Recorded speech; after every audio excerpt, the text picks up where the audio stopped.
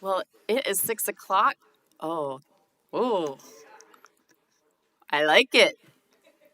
As you can tell, if you have been in council chambers before, and I know many of you have, we have a brand new and improved AV system. It's already very impressive. So thank you, Bill. Did he already bolt?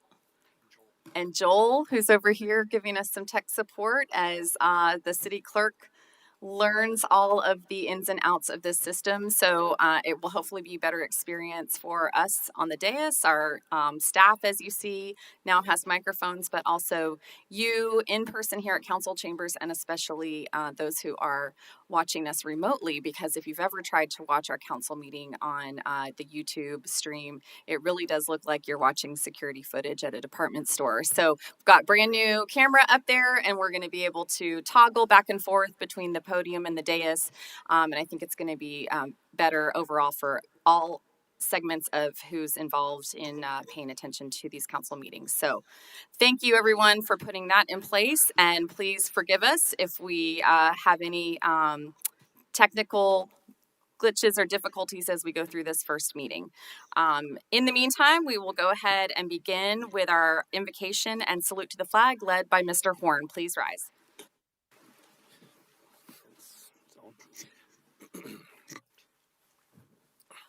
Good and gracious Heavenly Father, we thank you for the opportunity to be here this evening.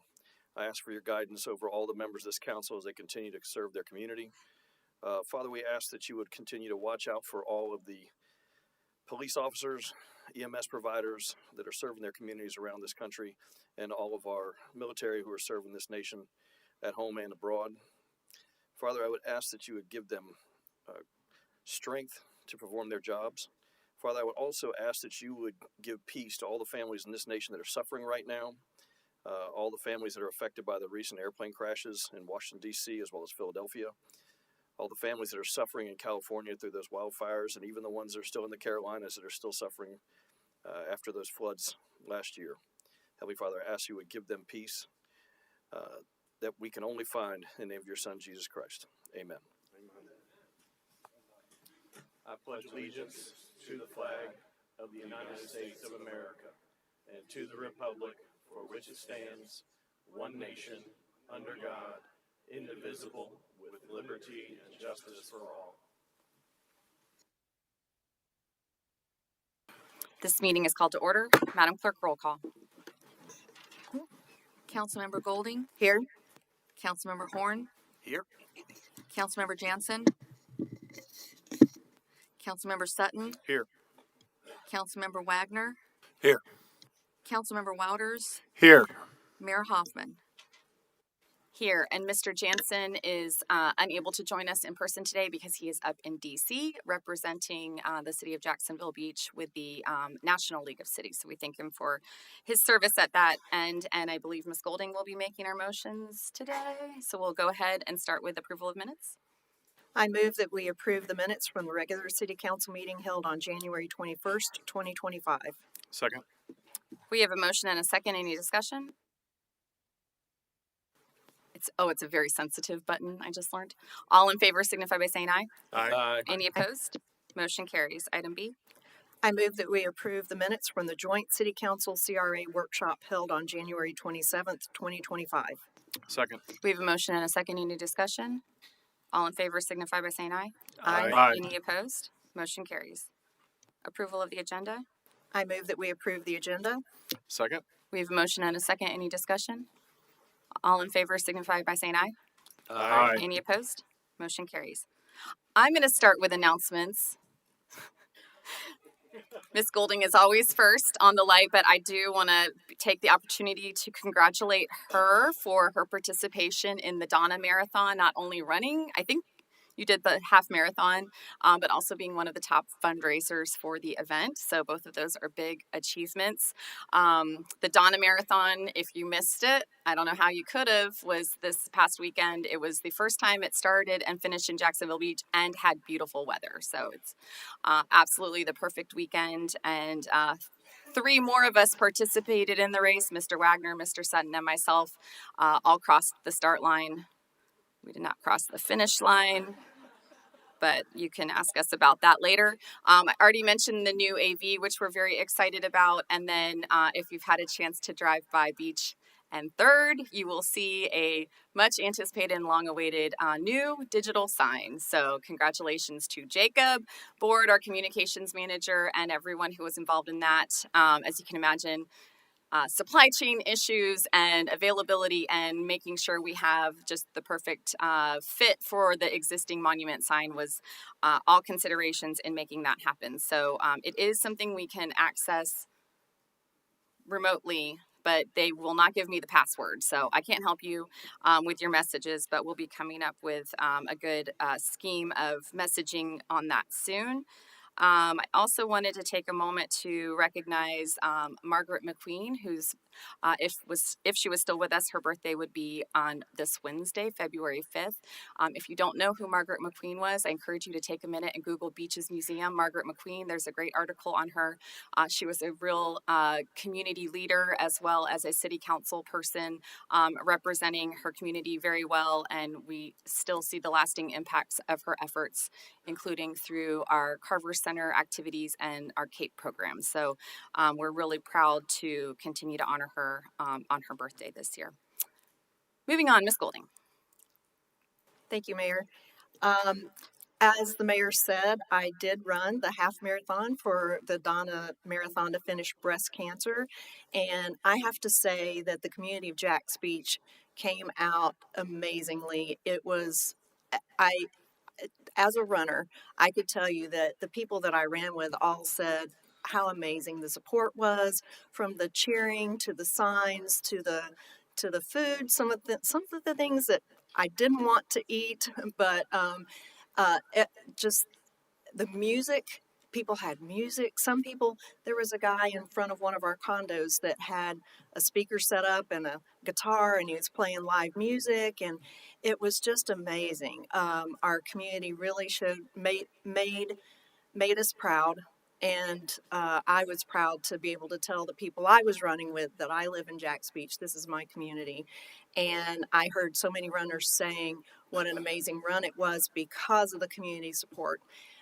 It went all the way up through Neptune Beach and Atlantic Beach, and I left that race with sore legs, but a full heart because it was just amazing. Thank you to everyone who supported the race in our police department, our volunteers. We had tons of volunteers out there working a lot of hours to make sure that the race was safe for everyone. And just thank you everyone for supporting such a great cause. Also want to mention that this Wednesday, February 5th, there will be a town hall with Jacksonville Mayor Donna Deegan at the Beaches Branch Library starting at 7 o'clock. And this will be a really great opportunity to come and interface with Jacksonville Mayor Donna Deegan, because we don't get to see her out here at the beach very much unless she's at a race. So she will be providing updates on what's going on in Jacksonville, how some of those things impact us here at the beach. Again, that's Wednesday the 5th at the Beaches Branch Library at 7 o'clock. Thank you.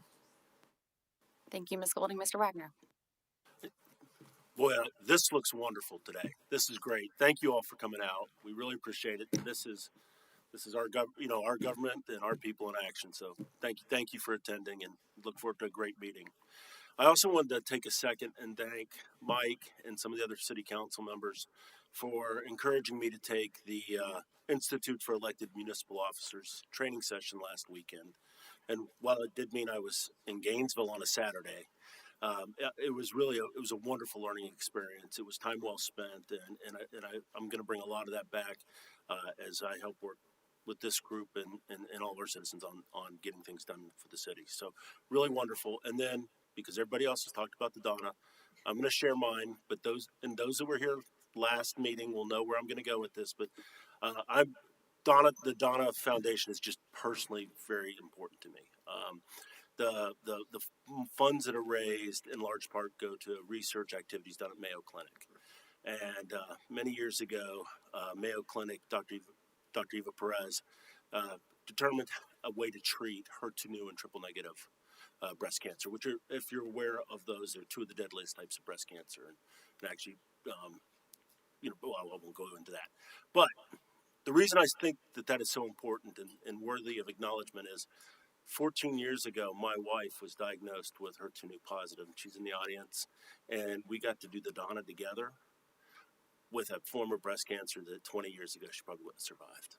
So when you think about our great fundraisers and all of the efforts and all the contributions our city made, it really makes a difference to individuals all throughout our community and actually all throughout our country. So just a wonderful, wonderful event. Thank you, Mr. Wagner. Moving on to courtesy of the Florida visitors. We do have a few cards that are, what?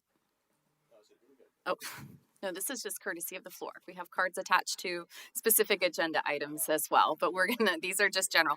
Brian Corcoran and Philip Foreman, if you want to come to the podium and hit the little button to turn it green. No, we don't do that for that one. And then just give us your name and address, and you'll have 3 minutes to address the council. There you go. Good evening, council members. My name is Brian Corcoran, one of the owners of Champion Cycles here at the beach. My address is 13584 Picarsa Drive, Jacksonville, 32225. And I'm Philip Foreman. My address is 12458 Cache Drive, Jacksonville, Florida, 32223. So, well, today Phil and I are obviously in front of the council today. I've been at the bike shop, one of the owners, worked there for 36 years, Fletcher grad. I see a lot of familiar faces here. Great community. We've obviously, since June, apparently we're in code violation for having bicycles in our parking lot in a bicycle rack. And it's definitely a huge part of what we do and what we've done for the last 40 years, since 1985. And of course, it came to our, attention back in June that we were in violation of city code, which, again, we have done the same thing over and over again since 1985.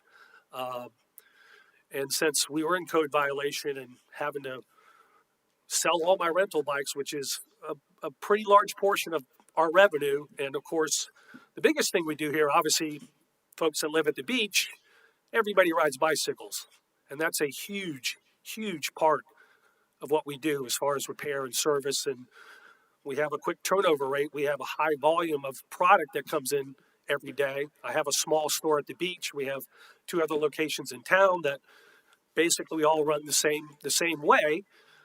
We have a quick turnover rate because most beach people, the weekend is what they got, and we try to turn and burn, but 20, 30, 40 bikes a day.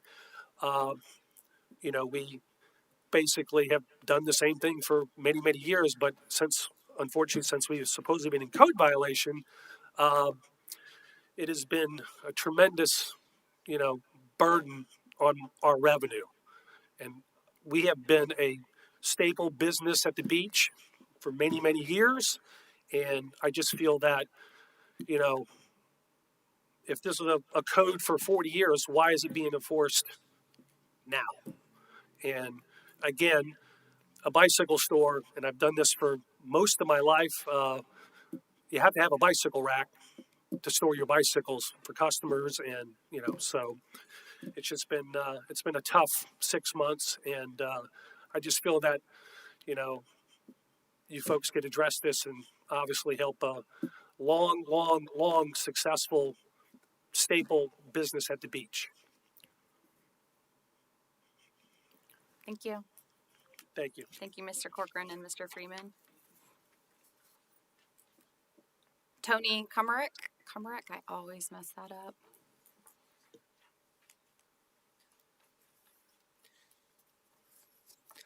This is Tony Komarek. I live at 533 11th Avenue South, Jacksonville Beach. And most of you all have seen me here before. And I want to compliment the beach's newsletter, The Beach Life, that comes out every month. The reason I want to say it's an excellent newsletter for the people in Jacksonville Beach. but I believe we need to make it bi-weekly and include the Planning Commission, the Board of Adjustment, and code enforcement. And the reason for that is it's no longer published in the Beaches Leader. That used to be my main news source and knowing what's going on down the street from me. I noticed by 11 South just the other day an orange sign. And I was wondering, I was just driving. Normally I can go and try to search in, get my old Beaches Leader out and look for the, variance or if it was a planning commission. I can't do that anymore. So I think somehow you got to keep up the great work. I like the communication. I like Sandy's newsletter. And it just needs to be more frequent. And I think we need to get the word out through the electric company, the Beaches Energy, and say, hey, sign up for these newsletters. They're good. Because most people, if they're not coming to the city council meetings, don't know to sign up for these newsletters. And whomever in the staff makes the newsletter, I give them a 10 on the information because it's very descriptive. We know what roads are being paved. We know what's closed. We know what's open. But add the planning, the Board of Adjustment, and the code violations to it. So we know to show up to those meetings. Thank you. Thank you. And I will say the staff who is responsible for it is here and taking notes. I'm not going to point him out. He's the one vigorously shaking his head. And I will say, I think we added the Beaches Energy customers to that distribution list. So it goes to over 20,000 people. Obviously, we're always interested in adding people to that distribution list. You don't have to live here to be interested in what's going on. So anyone can sign up for that email. So we do encourage you, when you see it come, share it. And that's the best way to get people interested in signing up. The next speaker is Robert Welton. I will delay my time for just a few minutes to have some other people speak. This is the last courtesy of the floor comment card. So if you want to attach to a specific agenda item, we can do that. Well, it was regarding the development and the changes. Okay, so sorry, it just said development. It didn't have a specific agenda item. So we will, Mr. Welton, yeah. Attaching it to the resolution. Yes, we will make that adjustment on your speaker card. Thank you very much. You're very welcome. Okay, moving on to consent agenda. I move that we approve the consent agenda. Second. We have a motion and a second. Do we do roll call vote? I never remember. Roll call vote, please. Madam. Voice vote? Okay. All in favor signify by saying aye. Aye. Any opposed? Consent agenda passes. Moving on to city manager and new business, item A. Are you doing the update on this one? Oh, I'm sorry, Mr. Fatides. Good evening, Mayor and Council. Jason Fatides, Director of Parks and Recreation. Our agreement with the Volunteer Life-Saving Corps for Ocean Rescue Services requires that we meet annually to review the operations. We have met for the second year of operation, and both parties have agreed to make some adjustments to the agreement. Most of the changes were highlighted in the package. I can go over them if you'd like me to. I will say that the agreement between the two parties is working very well operationally, and sincerely we thank them for the additional services they provide to our Ocean Rescue Service. Wonderful, thank you. And a motion? I move that we approve the amended and restated agreement between the City of Jacksonville Beach and the Volunteer Life-Saving Corps for Ocean Rescue Services. Second. We have a motion and a second. Any discussion by council? Mr. Horn. As you all know, I'm a huge supporter of the Volunteer Life Saving Corps. I'm happy to see this. I wish we hadn't gone from 3 rescue boards to 1, but maybe we can work on that just because the more rescue equipment we have down there, the more training equipment we have, the faster and stronger lifeguards we have, the better response time, the better service to the beaches. I just want to go on record, stand up and say I am thankful for the Volunteer Life Saving Corps and their continued service after 112, 14, 13 years to the city of Jacksonville Beach, formerly Pablo Beach, formerly just an unincorporated plot of land out here that a bunch of people decided we better stop having people drown. And so thank you very much for your service. Thank you, Mr. Horn. Mr. Wouters? I truly appreciate the VLSC. As a former educator here in our community, I've seen what it's done for young individuals at the high school, helped teaching them life skills, life values, turning them from young adults into men and women. And I truly appreciate them. And I would second Mr. Horn's thoughts on hopefully we can find more space for the VLSC to store their equipment so they can be even more effective. Thank you. Thank you. Mr. Wouters, any other comments? Madam Clerk, roll call. Councilmember Golding, Yes. Councilmember Horn, Yes. Councilmember Sutton, Yes. Councilmember Wagner, Yes. Councilmember Wouters, Yes. Mayor Hoffman. Yes, motion carries. Item B, Mr. Barron is already at the podium. Good evening, Mayor and Council. Dennis Barron, Public Works Director. I'm here to formally approve a emergency 8-inch sanitary sewer repair located on Republic Drive, just slightly west of where it intersects with America Drive.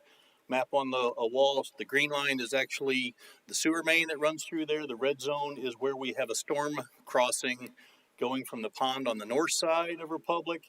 That crosses over and goes down and then actually goes into Sanctuary Subdivision.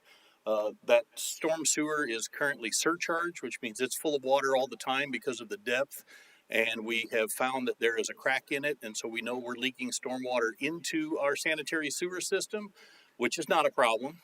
Other than if that continues the other direction, we are now allowing sanitary sewer to flow into the pond to the north or into Sanctuary, which is what we cannot have. So this emergency order was approved by Ms. Nelson last week. The contractor will be mobilizing before the end of the week to actually replace that section of pipe.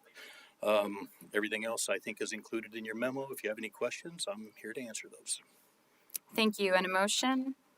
I move that we approve emergency 8-inch sanitary sewer main replacement authorization at Republic Drive to Petticoat Schmidt in an amount not to exceed $131,698. Second. We have a motion and a second. Mr. Horn? Dennis, just two quick questions. I guess kind of the same thing, but number one, like how long is this going to take? Time frame wise? I don't expect it to take too awful long. The actual repair that we have is 20 foot of pipe that has to be replaced, but we'll probably have to excavate a larger area to be able to remove that pipe. It goes through the inside of that storm structure, so we have to actually plug both ponds, pump all that water out, then do all the work. So I don't expect it to take more than just a couple of weeks because it's only one stick of pipe that's really tuberculated and is cracked that has a problem. Just kind of planning for a little bit of a worse estimate. We're going to slip line both sides up to it once we're done with this piece. That was part of our annual slip lining that actually, when they went to clean and camera it, that's what actually discovered the leak that forces the emergency repair. Okay. I can see from this, and I think at least 3 of those are going to be affected by this area. 3 of those houses are not going to be able to, if you're saying it's going to be weeks, just make sure we're communicating with those families. Yes, sir. Any other questions from council? Madam Clerk, roll call.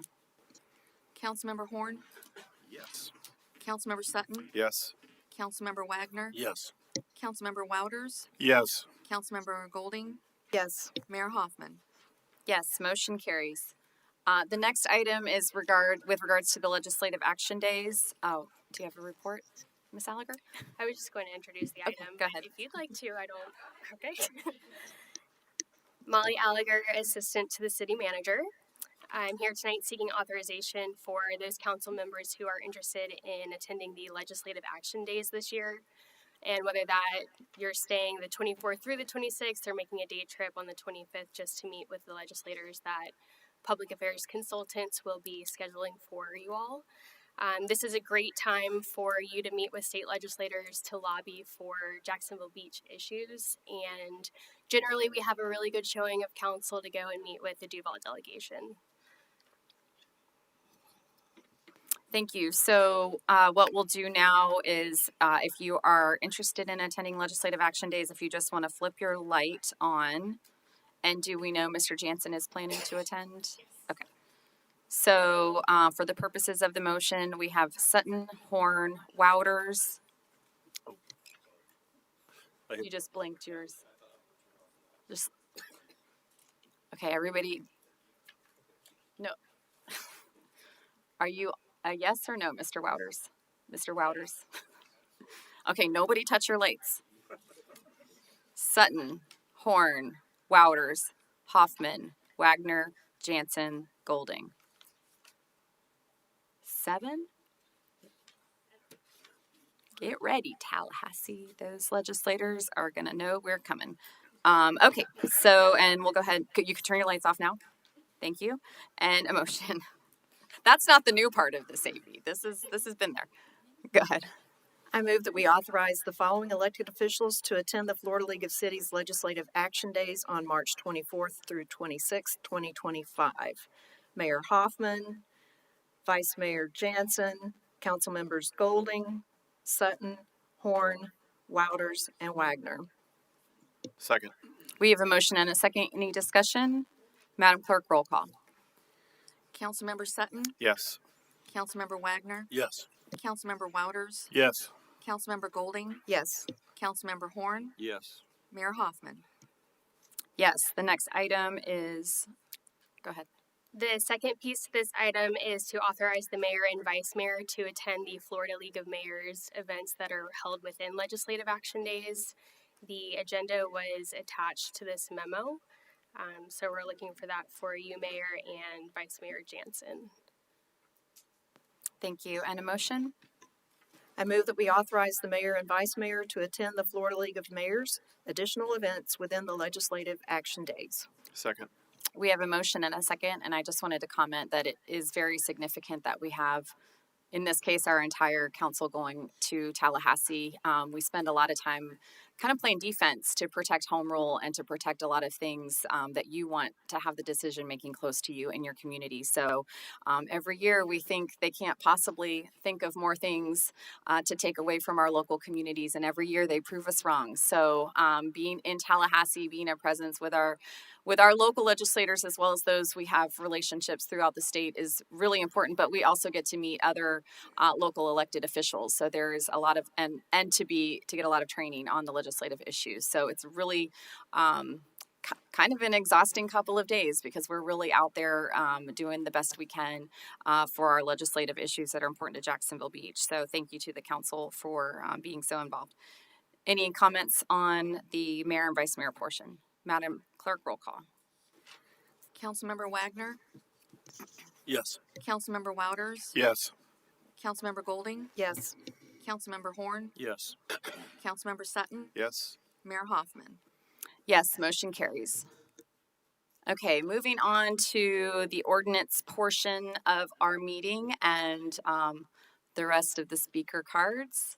I wanted to start off and have an informal discussion among the council before we begin the presentation and public hearing. Is everybody amenable to that? Okay, so if you don't know, if you're coming in new to the Land Development Code process, we've been working on this for around 2 years now, and we've had 20 some odd meetings, which you'll hear more detail about in Director Ireland's presentation. Something that was sorely needed. We've never done a comprehensive review of our Land Development Code, and it really showed when you start digging into this code. It was a mess. Things didn't line up. They didn't match. They didn't reflect the community that we are living in and that we want to live in.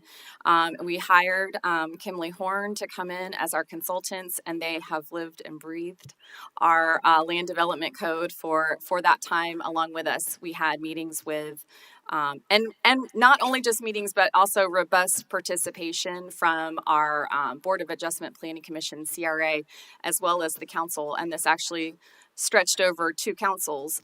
So we've really been putting a lot into this. That being said, it's worth it to do it right. And we did to me, we hit all of the boxes on communication. We had a separate website that you could even go to that was distinctly talking about the land development code, the meetings, the efforts. There was a comment field you could submit questions, comments, feedback throughout the entire process. So it really has not been done in a vacuum by any means, but I know that to some that may just be coming to the land development code in its revised state, it may feel like it was. So I don't want people to feel that way, because I feel like we have done it right the whole entire way, and now we're at the touchdown line. What do we call that? The end zone. We're at the end zone. Thank you. I stopped following football once the Gators were out of it. So we're in the end zone, and to me, it's worth it to make sure that we do this right. So the main concern, and we've gotten a lot of emails, the main concern is asking us to do an additional workshop. There are a few specific concerns about the land development code as it's drafted, but the overall concern through the emails and phone calls and texts and things that we've gotten are asking for a workshop. I don't think that's too much to ask. So I wanted to kind of throw it open to council.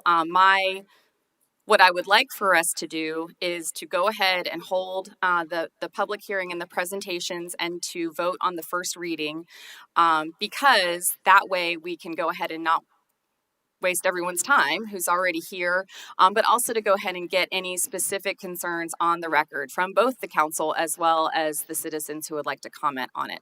So my suggestion or desire would be to hold the first reading, to vote for the first time on this ordinance, to hold a workshop in between, and to delay the second reading until the beginning of next month, so that we have a full month to do the workshop, to fully vet the concerns, to make sure that we are making you guys comfortable with the land development code that we have worked really hard on all of this time. Nobody's going to be 100% happy with it. That's really never the case. I can't think of anything that 100% of the people are happy with that we voted on, but you should have the opportunity to review it and to comment on that. We should know if you're not happy with something. That's okay. We shouldn't be avoiding that, especially again after we've put so much time and effort into this product. So any questions from council, concerns, comments along those lines? Anybody feel differently about how we should proceed? Mr. Horn. I called on you. Just kidding. Mr. Sutton? Yeah, I was just going to add, I agree with your comments, Mayor. Having come to council a little over 2 years ago from the Planning Commission, and having served there for usually the longest, but probably the second longest tenure of people in the room. There's someone here older than me and that has more tenure, but sorry. But it's nice to be able to say that. Nice. I want to thank the staff, especially Heather and your staff and Kimberly Horn, for the work that's been done. Having to have applied very, very outdated land development code for years, I can assure you that many of the items that have been addressed are certainly an improvement, not only making things better for our city and our citizens, but for the city of Jacksonville Beach as well, and staff, which is also important. And you know, I think that's a great idea. I appreciate all of the emails and input. They don't go unnoticed, and I value those. And I agree that we should conduct a workshop before any second reading we're done, certainly. Thanks. Thank you, Mr. Sutton. Mr. Horn? I know we're going to have some more discussion. I'm just going to be brief for clarification. So if the vote passes tonight, and again, I understand procedurally that we're just trying to avoid an extra step down the road. And we come to the workshop and we find this aha moment. How much change can be affected into this document? What can be done? Because there are some things that I have that I was working on over the weekend I've found some areas, I've found typos, I've found discrepancies, I've found redundancies, sections, a couple of things that I wanted to bring up, but I didn't because I knew we'd be here tonight. And I guess my question is going to be is what is the process as that? What's the next step when we do that public meeting, just for everybody and for my own edification to understand how that works?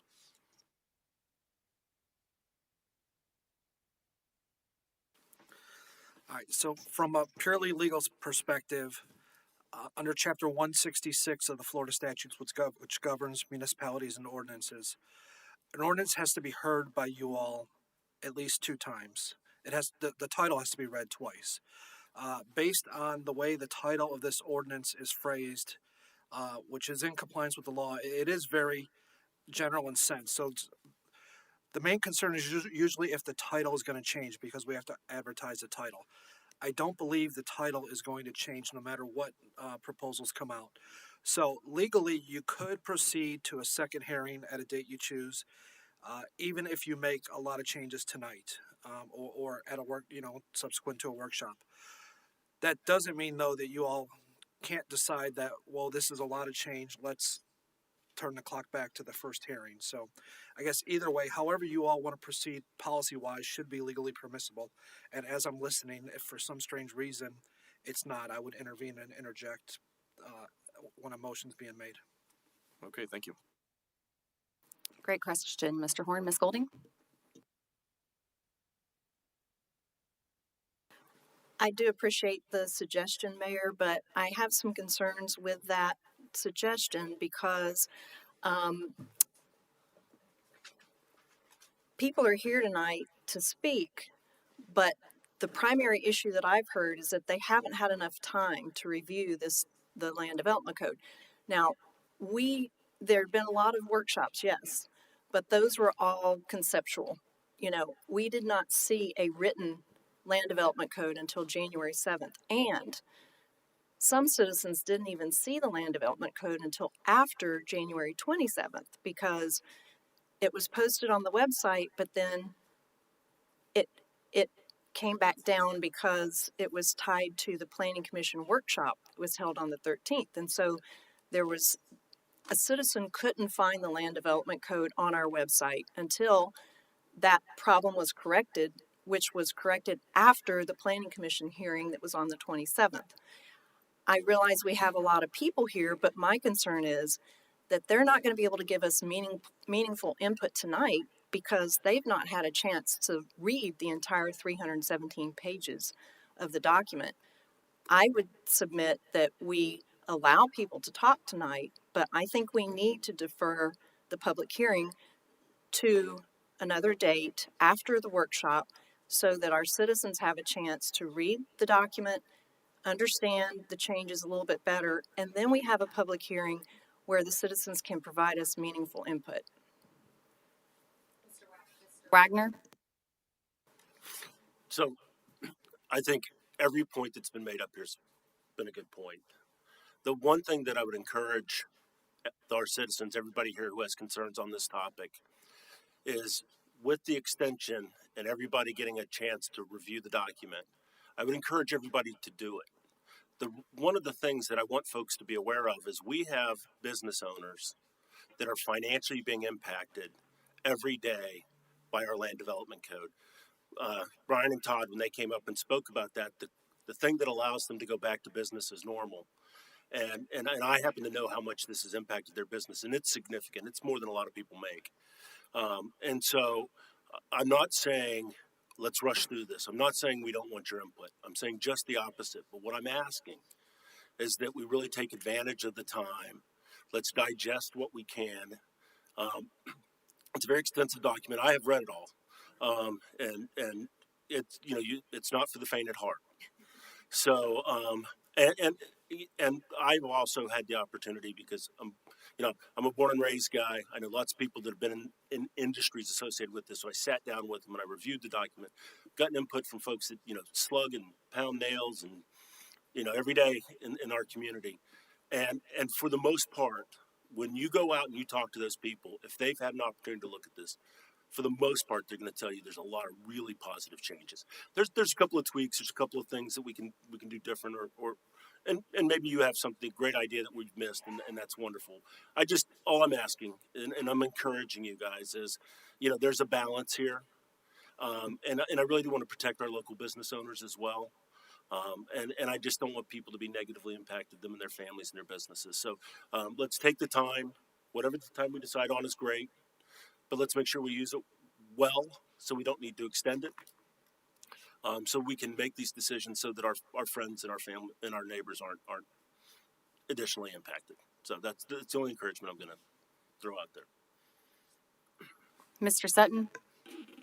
Yeah, just a quick revisit, and Councilwoman Golding brings up a good point, and my comments certainly weren't along the lines of only providing citizens tonight for comment. I certainly want to hear comment tonight if those that are here want to do that, but that a workshop between now and a second reading be conducted, of which that input then can be reviewed and may or may not be incorporated as appropriate, as well as any other input from council or whichever. That just clarification there. Mr. Wouters? Mayor, just so I'm clear, is this a point in time where we should discuss among ourselves the things that we think could be improved in the code, or are we going to continue this discussion? So this is a little more of just kind of a procedural discussion on if we want to proceed with the first reading tonight, and then to have a workshop in between, and then have the second reading at some future date. Thank you. Do you have a preference on the order that you would like to see things go? Since you haven't spoken I on defer that? to your judgment. You've been doing this a lot longer than me. So, Bill, do you have comfort with going through with the first reading tonight?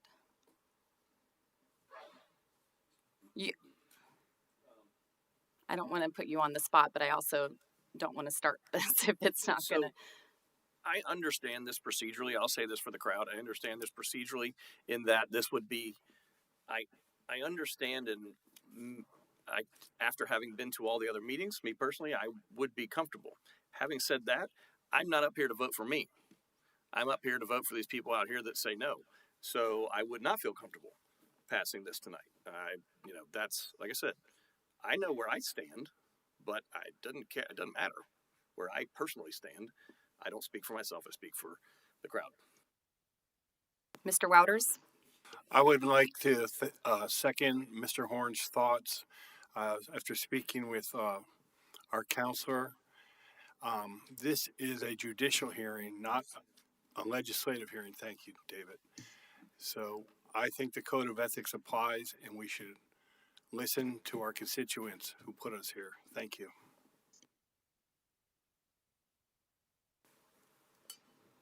Okay, well, I don't necessarily have clarity on the vision of the council at this point, but I'm going to go ahead and turn it over to Director Ireland, who's going to give us her presentation, because we're going to do that anyway. So let's go ahead and start with that. Thank you, Mayor. Good evening, Council. Heather Ireland, Planning and Development. If I could address a few things that kind of came up during the discussion, just for everyone's information. To the gentleman that owned Champion Cycle, I apologize, I did not write down their names. We have added a provision in the code to allow for the outdoor storage and display of retail merchandise with some caveats, during business hours, that sort of thing. So I hope that will help them and any other businesses that want to put things outside, like bikes, outdoor seating, plants, things that, things that you would think need to be outside. We were given about a week's notice about the Beaches Leader no longer being in print version, and even less time to learn that they were no longer going to publish public notices and legal advertisements at all.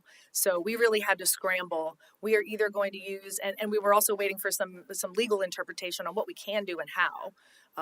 There's some statutory requirements and limitations, and if we're going to only post online, it has to be through the county. Well, we don't want to do that. So we posted, currently we're using either the Jacksonville Daily Record or the Florida Times Union. But I also worked with our communications director to add a new section to the main part of the city's website called literally just public notices. So anything that we have a public notice for, it will go in the newspaper and also on the website, and it won't expire, which is something I learned, that these posts, they do have an expiration date, and you have to kind of set when that is. So I learned that lesson because I don't website, so I was unaware of that. So we can set them to expire after the public hearing actually takes place. So those are on our website. Additionally, if council wants us to hold another public workshop, staff would really appreciate knowing what the purpose of it is, as far as, are we looking to present information? Are we just looking to collect information? We do have the ability on the project website, like we did throughout this whole process, to have a field for people to leave comments and ask questions. So that's a tool we can use as well if we want to flip that switch on. We just need to work with Kimley Horn to get that going.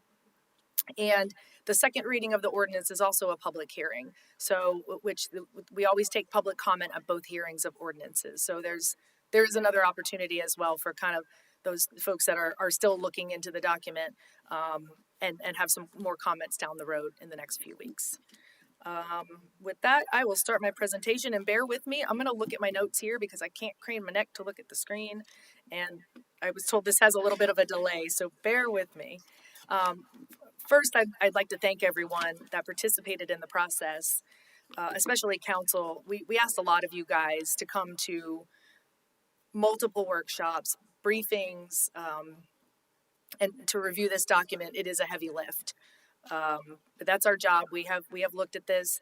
If you have, because we're still finding typos and Scrivener errors and references that the number changed because we added a section. So if you have stuff like that, please send it to us in an email or schedule a one-on-one with us, because we'd love to sit down. We've had conversations with Sandy. She found a lot of stuff that we were like, nope, that should be F, not G. So little things like that we've been looking at it too long, we're going to miss. So you guys finding that stuff for us is much appreciated. And just let me know how you would like to give that information to us, and we're happy to take it. So again, this has been a 2-year process. As you can see from this schedule, we're at the very, very end, and we're very happy with the product that we've come up with. We hope that we've checked all the boxes and all the concerns we heard, and I'm going to go through those with everyone as I go through my presentation. So just a little bit more detail on the project timeline, because this did not start with the first comp plan and LDC workshop. This started back in 2019 and 2020, when there was the establishment of core values for the organization, followed by community conversations that were held in 2020 and 2021. Following that, the development of the vision and mission statement that council developed, and finally with the strategic plan. And one of the main projects identified, one goal identified, was to update our land development regulations, which we've passed our new comprehensive plan, and we are asking you now to move forward with your new land development code. So I'm going to go through kind of just real quickly the list of workshops that we had that the mayor mentioned. We started in 2022. We had workshops that were basically designed to just hear the community. A lot of the things that we heard were concerns to the community, were the same things we heard during the community conversations and any other survey that we've conducted in this city. And I'm going to go over those a little bit later in my presentation. But we had citizen workshops. We had workshops specific to our boards. We had one for business owners. We had one for city council. And we also had one with staff, because this document isn't just utilized by the planning department. It also touches public works and parks and other departments. So we wanted to make sure that everybody had an opportunity for input. The next step that we did was the next round of workshops. There were 7. These included, again, more citizen workshops, business workshops, board workshops, and one with council. But additionally, we had specific topic workshops with city council to talk about parking standards, supplemental standards, zoning districts. We also posted an updated zoning map and future land use map to the website. And I will note that neither of those maps changed. We didn't change the zoning or designation of land use on any property within the city. I apologize. I'm getting turned around with my presentation here. Okay. Make sure I'm on the same page. So in 2024, we had two workshops that were designed to address questions and gather input for the comprehensive plan that was updated, and final changes were made sometime in the spring. We chose to delay the adoption of that until at the very end of our time frame, which was 6 months. We were hoping to kind of do that along with the LDC, but we just needed a little bit more time on the land development code. We did not get any objections from the state in their review, and council adopted it on December 16th. Again, we had a final third round of workshops that was really geared towards presenting the changes that we had proposed to make to the land development code. We again had a citizen and business owner workshop, one with the boards and one with city council. Additionally, we had a briefing in November with city council, if you recall, to discuss just some kind of last minute things that we really needed to get into some more detail with. And that should have been part of, I believe, your agenda packet. And so kind of here's where we are at the end here. Again, we adopted the comprehensive plan. We are currently in a suspension mode with certain types of applications that are going to be impacted by the updated land development code. We had a workshop with the Planning Commission to discuss any final changes and get some feedback and input from them with their final review of that on January 27th. The LDC was sent out to you guys on January 8th and posted on the project website as well. And as we found out, we posted it on the city's website, but it expired. We had to repost it. Again, we are looking, whatever date you should choose to adopt that, we will need a little bit of time to train staff and train our board members on what the new provisions of the code are. So we make sure we get it right when folks start turning in applications again. But I know we do have a lot of folks waiting to submit certain things. So just kind of a summary here. We had 18 public workshops. With this hearing and the second reading of this ordinance will be 5 public workshops. There's been 2 city council briefings, a project website. There's been information on the city website, and we've posted on Facebook and Instagram as well. So on to the topics of concern that we heard that lined up. These are from the workshops, and these line up with the community conversations that were held in previous years. So we heard things like preserving neighborhood character, making the city family friendly, landscaping and shade trees, parks and open space, biking and urban trails, golf carts, bars, making the community walkable retail areas, and impervious surface ratio. So those were kind of the main topics that came up in those first round of workshops. So how do we address those issues? This is kind of where we get down into the nitty gritty. For vision of the future and preserving neighborhood character and family friendly. One thing we did, as you know, we updated the comp plan to be more succinct and have more detailed visions, intents, and strategies. We also strengthened the residential land use sections in the comprehensive plan to have better control of commercial uses, and it was not previously addressed at all. We created stronger regulations on commercial uses in residential areas in the land development code, created better protections and incentives for single family uses and structures, so hopefully people can do more with their properties that they've invested into. We've increased townhouse lot size and decreased the maximum number in a row, and required more vehicle parking for townhomes. We've created stronger regulations on housing sizes and reduced minimum unit sizes for multifamily dwellings, and allowed accessory dwelling units on single-family properties in multifamily zoning districts only under certain conditions and with restrictions and with conditional use approval. The next one is landscaping, shade trees, and parks and open space. The new code includes clarification on landscape requirements, increased buffering requirements between incompatible uses, provided a list of acceptable shade trees, which it did not previously have, provided for park and open space requirements or payment into a park fund for certain type of projects, and provides details on plantings within the 50-foot upland buffer that's required from protected and sensitive marshlands. As far as this kind of falls into, I guess, the transportation category for biking, urban trails, parking, golf carts, and walkable retail areas. We've developed standards in the LDC for a variety of type of parking spaces that we didn't have before, and these will be allowable. Like right now, we don't recognize compact parking spaces or golf cart or scooter. So now there's some more flexibility and innovation in the parking section of our code. We also created incentives for the provision of a variety of parking spaces, such as improved landscaping and some parking reductions if you provide other types of parking. We created a parking exemption opportunity in the downtown urban core to encourage a certain area of downtown to be more walkable and pedestrian friendly. And we've reduced the parking requirement in the downtown urban core for the same reason. In regards to the bars and local walkable retail areas, there's no change to the number of allowable bars in the Land Development Code. This is something that's regulated by the charter. It cannot be changed in our LDC. We created incentives to allow existing bars in the downtown only to remain under certain conditions with penalties for abandonment.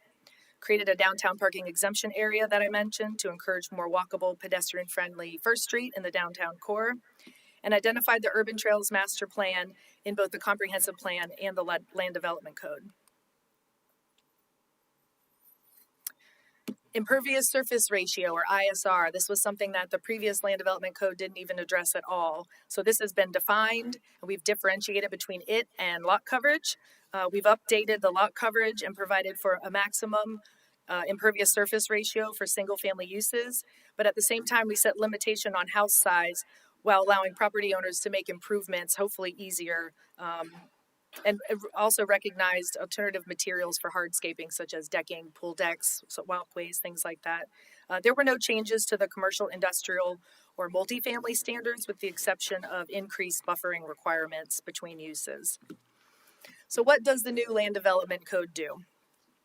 It was designed to preserve and protect residential neighborhood character, provide better controls for commercial uses near residential uses, provide an opportunity for a mix of mobility devices, as I've mentioned, encourage a more activated, enhanced, and pedestrian-friendly downtown, protects historic single-family uses and encourages their preservation instead of tearing them down, preserves and protects community aesthetics, and provides incentives for local business owners to make improvements to their property. Some specific concerns we heard that we want to make sure everyone understands that we are maintaining or decreasing residential density throughout the city while still protecting private property rights. We're maintaining the current zoning of all property. No zoning has changed. If there were any updates on the map, it was just to reflect any new recently adopted planned unit development or redevelopment district zoning that wasn't on the current map. We confirmed the building height limits throughout the code, even though that is regulated by the charter. And it maintains the existing numbers of bars as established. We cannot change that in the Land Development Code either. That has to be done by a charter amendment. Okay, so what are the next steps? And I know there's a lot of people here to talk, so we'll be, Christian and I will be taking notes, but we want everyone to kind of be on the same page where we go from here. Once we adopt the new Land Development Code, like I mentioned, we're gonna have staff and board training. There'll also be some public education and outreach. I'm actually working with the city's communication manager right now to tell this story, to be able to post it on the website so people can see this information. And then we will finally be able to implement the new Land Development Code. And Christian and I are going to need an awful lot of coffee over the next few months to do that. But something I want to remind everyone that's very important is that this is a living document. This is not like the charter. This doesn't have to go for a referendum. This can be changed through community conversations and the Planning Commission and Council. We have the ability to look at this and see what's working, what's not working, and have those glitch bills and those tweaks down the road, or additions or deletions. So, you know, I don't want anyone to think this is, once it's adopted, that it's written in stone. Because again, how many times have we come back to you guys to say, we need to add this, we need to fix this. It's not something we want to do, but we recognize the code's not going to be perfect. It's never going to be perfect. And I think we did the best we could to address all the community concerns. I want to thank Kimley Horn because they have been wonderful to work with throughout this process. Their knowledge and experience has been absolutely incredible, and we've really enjoyed going through this process with them and having a lot of fun at the public workshops. I do want to cover the recommendations of the Planning Commission, and I promise this is my last slide. So the Planning Commission, we had put in there, I know we discussed with you, removing some stuff out of the code and into bylaws for our boards. One of the things we did add that the Planning Commission would like to recommend comes out is term limits. We don't have a preference. It's just commonplace to have term limits for board members, but if council doesn't want them, we have no preference. The second one, again, as you've seen in your staff report, they would request to defer the first reading to February. I also would like to hear what the community has to say, so I really do hope we proceed with the public hearing portion of this so we can hear that. And then kind of once you guys have that discussion, we can kind of talk about what the options are moving forward. And with that, that's the end of my presentation for now. I'm going to turn it over to Mark Shelton, who's just going to say a couple things about the project and the process. So thank you very much.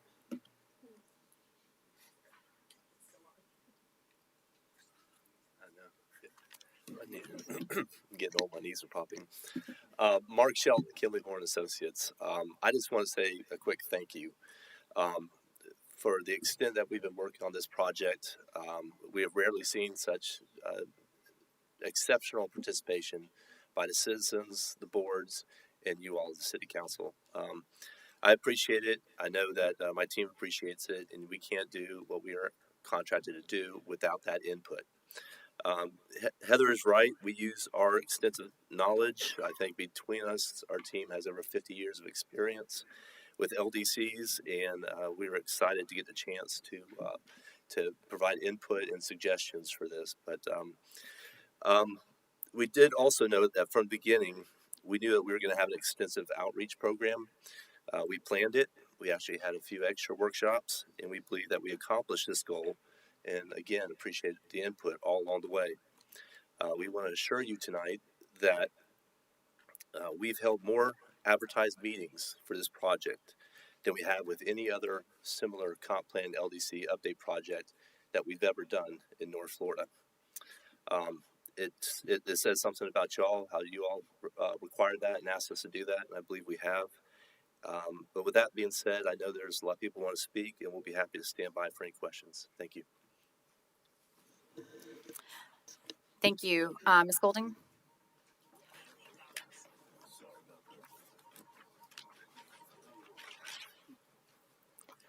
I just want to add that I do appreciate everything that has been done by our planning department and our consultants. We have indeed had a lot of workshops, but one thing I'd like to point out is that once we got the written copy of the comprehensive plan, because this process started really with the comprehensive plan, and the land development code was something that came along at a point after we got the comprehensive plan elements squared away. And when we did have a written document for the comprehensive plan, we had a public workshop for that, and it was an opportunity for people to come and understand what had been done with the comprehensive plan. And my concern is this is a 317 page document, and I think that it's only right that we have a public workshop before we ask for meaningful input from our community. Ms. Ireland said, like the board term limits. When I came across that when I was reviewing the document, I'd been to all the workshops, but I'd never heard anything brought up about term limits. And so the fact that that was in there was kind of surprising to me. And then also there was a change to the outside dining percentage. It was increased to 75%, and that hadn't been discussed either. So there were things that were introduced into the actual written document that we did not receive until January 7th. And I just feel that it's the right thing to do to have a workshop first, give our community and ourselves more time to make sure that we've gone through the document. And then the digital message sign changing every 30 seconds. That was not something that had been discussed in any of the workshops. All of a sudden that's introduced in the written version of this land development code, had never been discussed, was not in any of the topics that we had discussed in all of our council workshops. So again, I just feel like that there are enough changes that have occurred that it's worthy of a public workshop before we have the public hearing. Thank you, Ms. Golding. just kind of reading the tea leaves, and I don't think anybody's disputing supporting the public workshop to review the final document. I think we're all in agreement on that. I think the question is, do we do the first reading and then the workshop and then the second reading, or do we delay the entire thing? I'm reading the tea leaves. We have, I think, a split council. Since we are missing our 7th member, a tie vote would be a no vote. So I would prefer not to bring up the first reading at this time because I don't want to risk, again, this really impressive product that you've seen how much work has gone into it, failing at this point. So I'm not going to open a public hearing. I'm going to go ahead and go through public comment, and then we'll have a motion, and I'll defer to the city attorney on what that motion, how it should be stated to best accomplish what we're trying to do within correct parliamentary procedure. But I'm going to go ahead and start working through the cards. And again, just to reiterate, because a lot of the emails were very specific on asking for a public workshop, that is the intent. We are planning to do a public workshop. So if that's what you were going to get up and speak on, feel free to wave your hand. You don't have to come up. But if you have a specific issue, again, we would like to hear that at this point so we can go ahead and begin taking a look at the specific community concerns. Rachel Grage has a comment card, did not wish to speak, but she opposes the agenda item. Is Rachel still here? There she is. Thank you, Rachel. Thank you for being here. John Tipton. You know the drill, name and address. You have 3 minutes. My name is John Tipton. I reside at 503 6th Street, North Jacksonville Beach, Florida, 32250. First of all, I want to thank the council, Miss Ireland, and all of the other people that were involved in this. As a lot of you who have been on the Planning Commission and on the Board of Adjustment have heard me come up here and rail against some of the old stuff that was in the old Land Development Code. It was, y'all's hands were tied. I think it's wonderful that we've got this thing at least almost finished. However, I do feel that because of the delay in notifying everybody, or everybody's ability to look at every bit of this, because I went into it and found some things, and I came to the workshops, and I came in here and found some things that I had no idea were in it. So I think a little bit of a delay, and I hate to say that because I know some of these people have worked themselves to the bone to get this thing done. But I think it would be a wonderful thing to have just one more workshop before we have the first vote. Because once you start voting on things, then the populace thinks that something's being done too quickly. And I know it's a false narrative. We all know that all of this stuff could be changed at a later date. Things could be added and subtracted. But I think from the point of letting everybody feel like they've gotten their last 2 cents worth in, it wouldn't be an all bad thing to delay it one more time, table it one more time until perhaps, the 18th or something, to get everybody a chance to go in there and take a look at it. Things like having a digital sign change every 30 seconds, that's just absurd. Digital signs should be changed in a matter of hours, not seconds. Those sort of things. And I don't remember any of that being in there when I was at one of the public workshops. And that's all I have. Thank you very much. Thank you, Mr. Tipton. Jeanette Rhodes. And just to reiterate, the plan is to delay the first reading and to hold a public workshop. So we've got a lot of speaker cards up here. I'm Jan Rhodes, 28 31st Avenue South, Jacks Beach, 32250. I appreciate that this is much more enormous than I realized it was, and I know it's a lot of work. So I just have very specific question that can just be looked at the workshop, but maybe it's something that we all may be here for. I'm just going to read these 3 questions we've written down. With this, we're interested in the 50% lot coverage. Would it be retroactive to anything that's already in the works? Like if they've already been approved for 40%, will they now get 50%? Can an approved site plan be enlarged to 50% once the site plan and everything is approved? Could they change the site plan? Does the 50% coverage include the house, the pool, the driveway, everything, like every hard structure? That's it. Would that be answered in this if I go to the workshop? So I'm going to ask Director Ireland to work with her staff to set up an FAQ page on our website that we can give those answers, because you're certainly, I'm sure, not the only one to have those questions. So we will commit to having an FAQ for those most common questions. Mr. Deloach. Oops.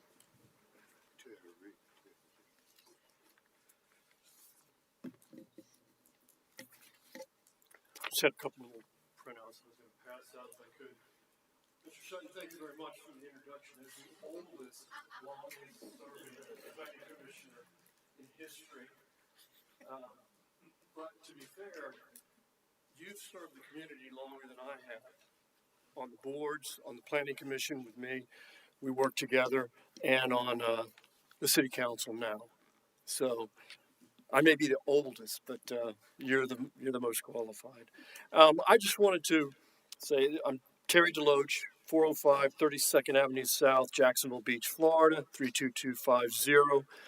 Born and raised here, South Jacksonville Beach. I concur with Ms. Golding's suggestion of deferring the first vote. I think I did attend the workshops, did an incredible job. I know they've worked very hard.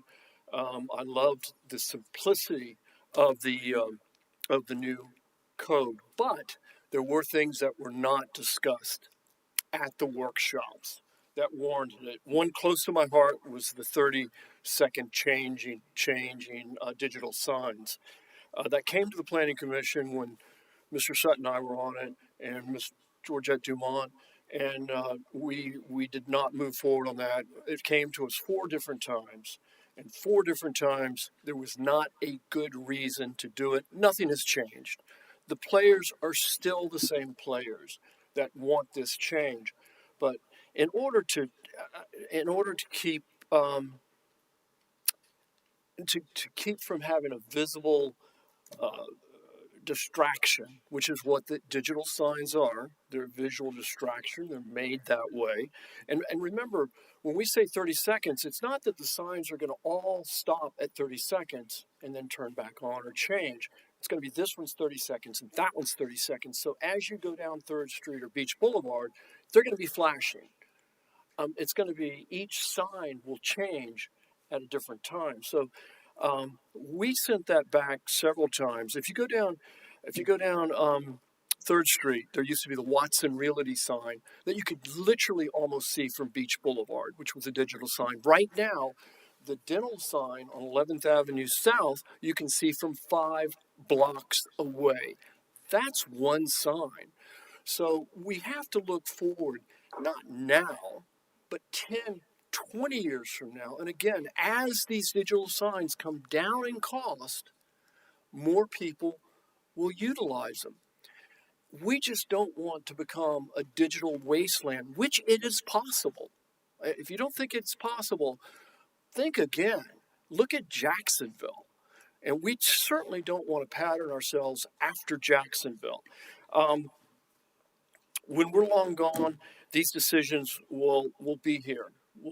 These decisions we make today, I would like it, again, I would like you to consider Ms. Golding's recommendation. I think that's the right course to take, considering that some of these items were not in at the workshops to be discussed. And now we're trying to discuss them now. Thank you very much. Thank you for your service. Thank you, Mr. Deloach. Georgette Dumont.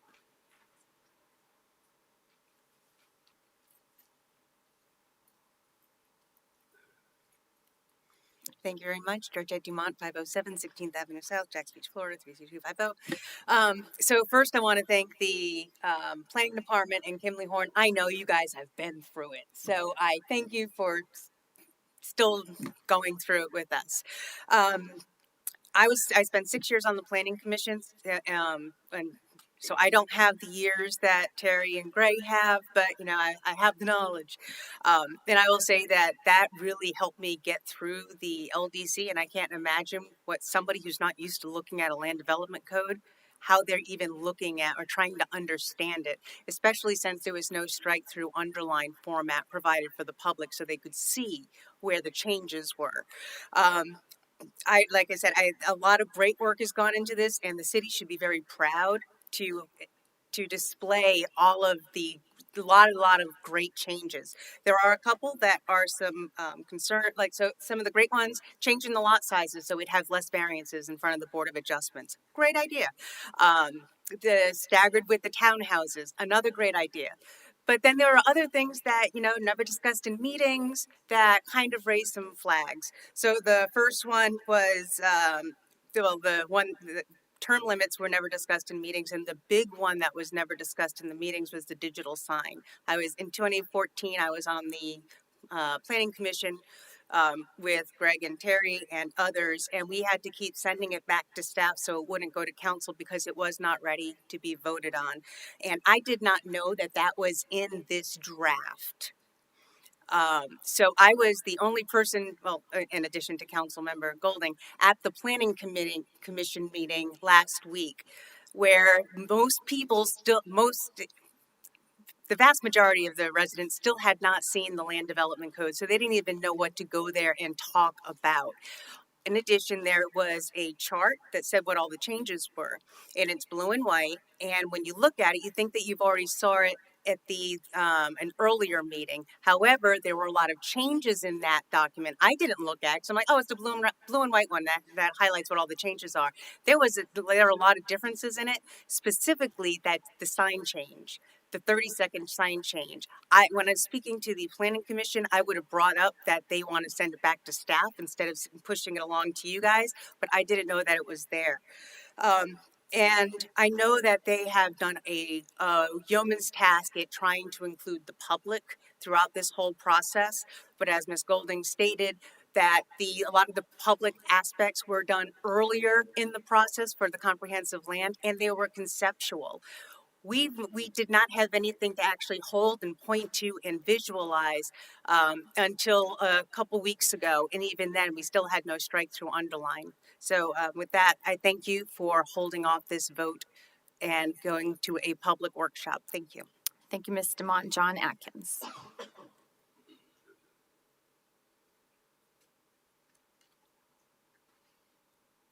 Hello, John Atkins, 1888 Foss Lane, Jacks Beach. Since we're doing the mosts and mosts, I think I've been before the Board of Adjustment here more than anyone here in this city. So I understand the Land Development Code was severely broken, and thank you to Heather and Christian. Fortunately, unfortunately for them, I'm about to quit. So I won't be becoming for them a whole lot anymore, but they've done a marvelous job and made some amazing changes. And I think there's just some small tweaks, seeing this from a builder and developer perspective, and not from a land, because I don't own any land right now in Jacks Beach, but this is somebody who lives in Jacks Beach and wants to see good development. And I think the majority of the changes are really for the better. And with a few little tweaks, we can get rid of the breezeways forever. Thank you. Thank you, Mr. Atkins. Brenda Shields.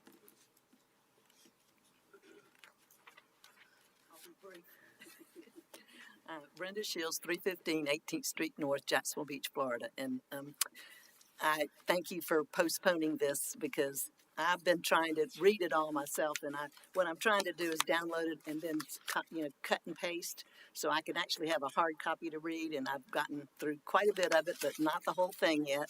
And I have it just on these few pieces of paper. But I want to just tell you, thank y'all for all the work you've done and all the citizens who've been involved in this too, because a lot of us have gone to a lot of meetings and tried to understand what was going on. And I think this is a wonderful document. I mean, I really do. And I think what we should do is we should make every citizen get a complete copy of this document, maybe a little bit smaller all the other stuff you have in there, just most of the big stuff, and send it to them, and then have a little card in there saying that you must sign this document, that you have read every word in this document. Because I think if every citizen knew what was in this document and obeyed the document, because they are rules, we wouldn't have the problems we have right now in Jacksonville Beach, because there's a lot of good stuff in here that tells you what you should and should not do. But unfortunately, we don't have a code enforcement officer anymore, so a lot of stuff gets not done. So anyway, the things that concern me about the document so far is basically the same thing other people have said. The message 30 seconds is just ridiculous. I don't really like the ADU accessory dwelling units, because we have enough problems with cars parked all over the roads, everywhere out in front of cars, and they just don't have enough parking for those extra cars they're going to have. They already have two, then they're going to have a mother-in-law there with another car, so it's just not going to work. That's my concern. The two things I really liked was, I love the fact that we're going to have a maximum of 12 in these, homes that are vacation for rent by owner homes. I think that's even still too many, but what can you do? It's their property. I guess they can do whatever they want to. And I love all the rules that you have about making sure that they comply with the, noise and all the other stuff. And the other thing that I liked was the parking of storage of vehicles in neighborhoods, because that has been an issue for my neighborhood forever. And I see it all over the place. People park their RVs, they park their big boats, they park their trailers in their boats, and it's just not allowed, but yet it still happens all the time. So I don't know what we can do to make people abide by the rules other than fine them or do something. But if you don't have anybody I think for me, one time I reported somebody to the code enforcement board, and he went around and told everybody in the neighborhood they had put up a tent, over their boat, just like we had over our boat, and everybody in the whole neighborhood had one. Everybody in Jacksonville Beach had one of those temporary tents over their boat. And so I reported it to the code enforcement board, and so he went around to and I said, well, how can you tell me to remove mine when everybody in the neighborhood and all over Jacksonville Beach have one too? He went around and told everybody that Brenda Shields said that they had broken the code. So that makes people afraid to call somebody and tell them that they broke the code. So that's my comment. But I really thank you again for doing such a wonderful job, and all of the staff, which I know it's been hard on you too. So I know you want to get it done in a hurry, but you have to, because it has to be done by July the 7th to the state or something like that. But you'll get it done, I promise you. You'll get it None of this has been in a hurry. You saw the timeline. I just want to take a brief pause to clarify. We do have a code enforcement officer. We do. And also, it is state law that you cannot report code violation anonymously. So I'm sorry. If somebody asks who reported the tent over their boat, I told you, we're going to Tallahassee. We're working on these things. Tony, did you have another comment? Is Tony still here? Yes. Okay. I had another card from you, but I wasn't quite sure what you were going for here. Go ahead. Tony Komarek, 533 11th Avenue South, Jacksonville Beach. The first one was a compliment. The newsletters are great. And unfortunately, because we didn't know about the Planning Commission meetings, and like Sandy said, we didn't know about the documents until after the Planning Commission and before this meeting, which makes it very difficult. That's why I'm saying we need more information out to the citizens. It's been asked for during the last election cycle. I have not seen it. But following up on the comments about accessory dwelling units, I live in South Jacksonville Beach. That's where they're tearing all the single-family homes down and making them investment properties and short-term rentals. Now, you add the accessory dwelling unit, you can take a shed in your backyard, put a bedroom and a microwave and a refrigerator in there, and make it a short-term rental. It's not right. We already had troubles down my street with short-term rentals, with helicopters flying over, police out there with guns, chasing people around for 3 hours in one night. And that was just 4 houses down from me.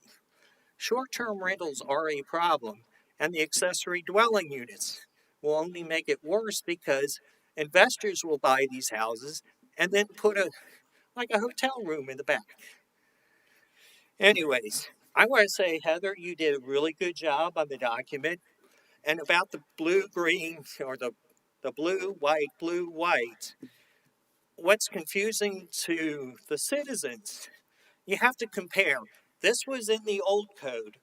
This is what we're changing it to. None of those listings had old versus new, lot size, old versus new, lot coverage, old versus new. So if we could just take that nice document and compare it, old versus new, you might get more citizens to buy in on it. Heather's done great work. Everybody here has done great work. But let's, the citizens, get more information before we even vote. And thank you all. Thank you, Mike Stang. Mike Stang, 1020 19th Street North, beautiful Jacksonville Beach, Florida. I'd like to reiterate, I appreciate all the hard work that everybody on the DS and the staff has done.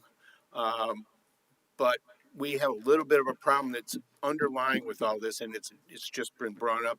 There seems to be a communication problem between the city and the people that live here. It's hard to get the information out. Stuff gets changed and word of mouth and that so on and so forth.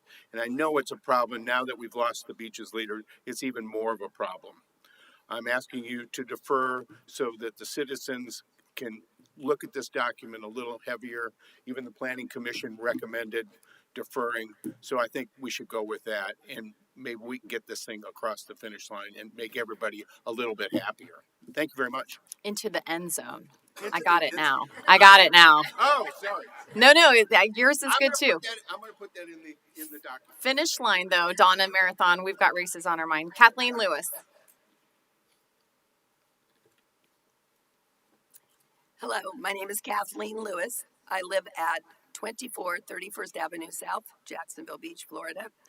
I will be here again tomorrow dealing with the public notice about the two houses that are getting built behind me. I live in South Jacksonville Beach on Ocean Drive, and I've been here before speaking about the destruction basically of the ocean front properties and how they're building so high you can't even see the sunlight.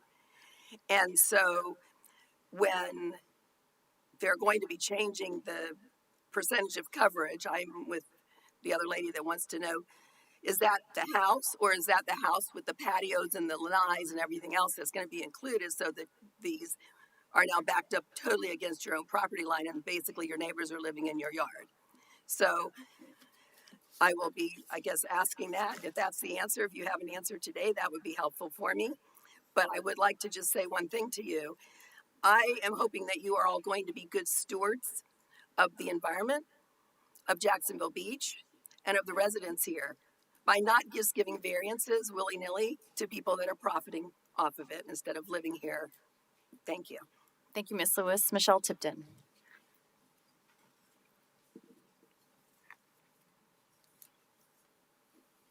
Good evening. Michelle Tipton, 2333 Azalea Drive, Jacksonville Beach.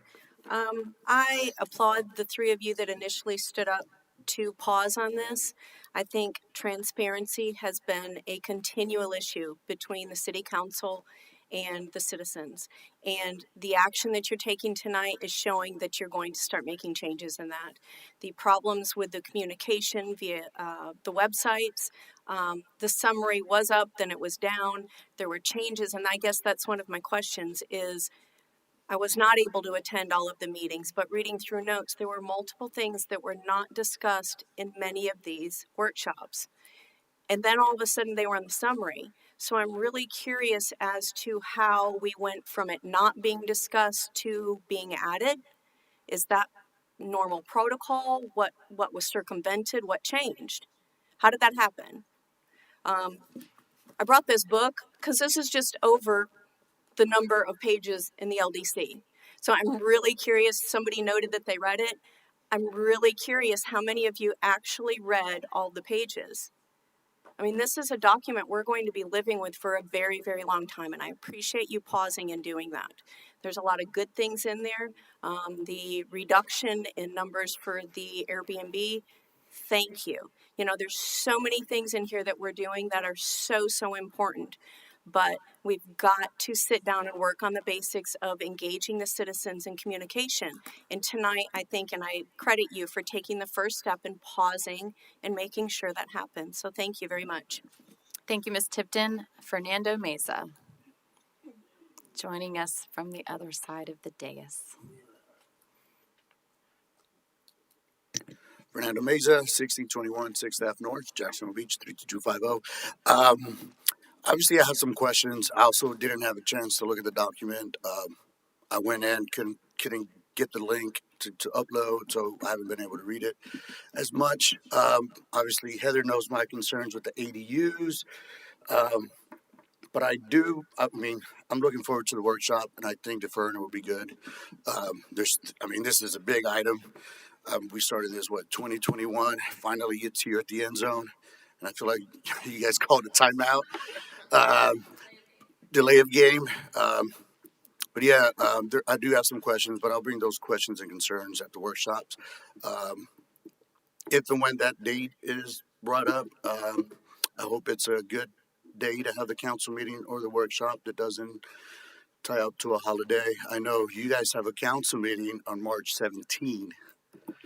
So hopefully you guys don't have anything on the agenda regarding with the land development code on that day. Since Technically not a federal holiday. I'm sorry. I know St. Patrick's I know. Day is, it's I know you were trying to do something, but yeah, I do want to say thanks to Ms. Heather, her staff, the planning department, Kimley Horn, obviously you guys in the dais, Mike Stefopoulos. This was a big task, and I remember it. So I'm glad it's finally here, and I can't wait for it to get passed once all the glitches are fixed. So thank you guys. Thank you, Mr. Meza. Stuart Palmer.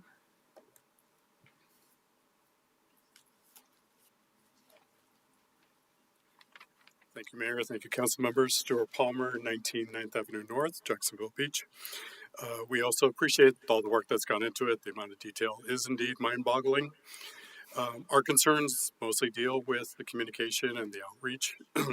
I think the Urban Trails community meetings have shown that the public is very interested in knowing changes to the land use codes, and there is something that is not getting to the residents in the end zone, where the communication is not reaching us somehow.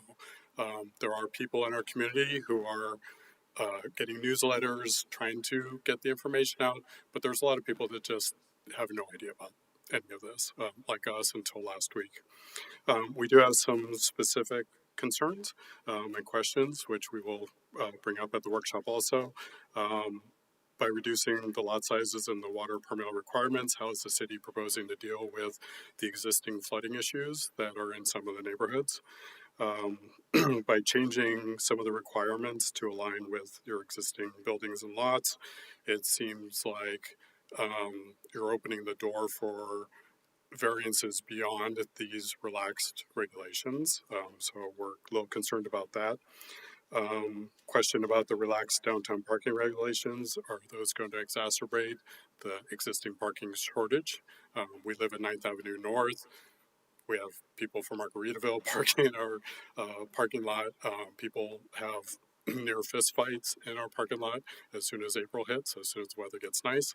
So that is an ongoing concern for us.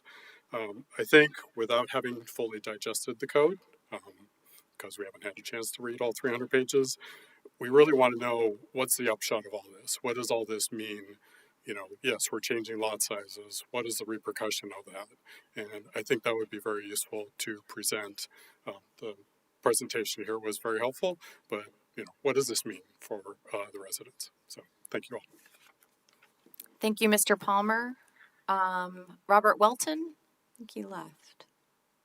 Okay. Rhonda Steinke McDonald? No? Okay.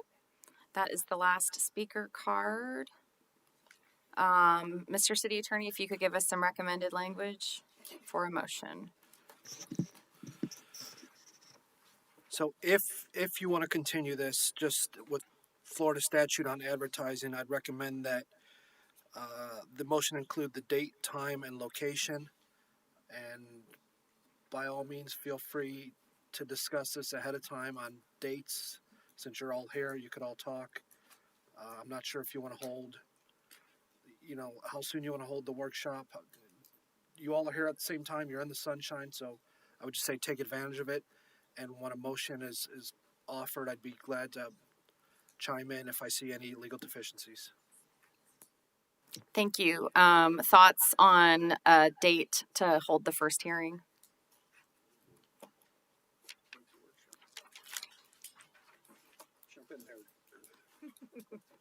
Bear with me. I was taking notes on two different pieces of paper and I had to change pens in the middle of that. I apologize. So looking at the calendar, I actually, knowing that this was probably going to kind of come up, I went ahead and reserved council chambers for Thursday, February 20th for a workshop, because if we tried to squeeze it in between now and the 18th, I just don't know that that gives people enough time. And whoever shows up, I'm going to tell y'all, our new planning commission alternate read all the pages. So whoever shows up to the workshop and has said they read all the pages, they're getting a gold star. So I would think that it makes the most sense to give as much time as possible and maybe move both hearings to the March meetings. Sorry, Fernando. I know it's March 17th. And at the workshop, we, basically just take questions or take concerns and comments, and then we can present that back to council and even provide some recommendations perhaps moving forward. So we heard these 5 issues, 10 issues, whatever, and then staff can kind of lean into those and provide some recommendations to you one way or the other. I do want to point out to everyone that once this is adopted, it will be on Municode, which is much easier to read than the Word or the PDF version online. You can click on sections a lot easier.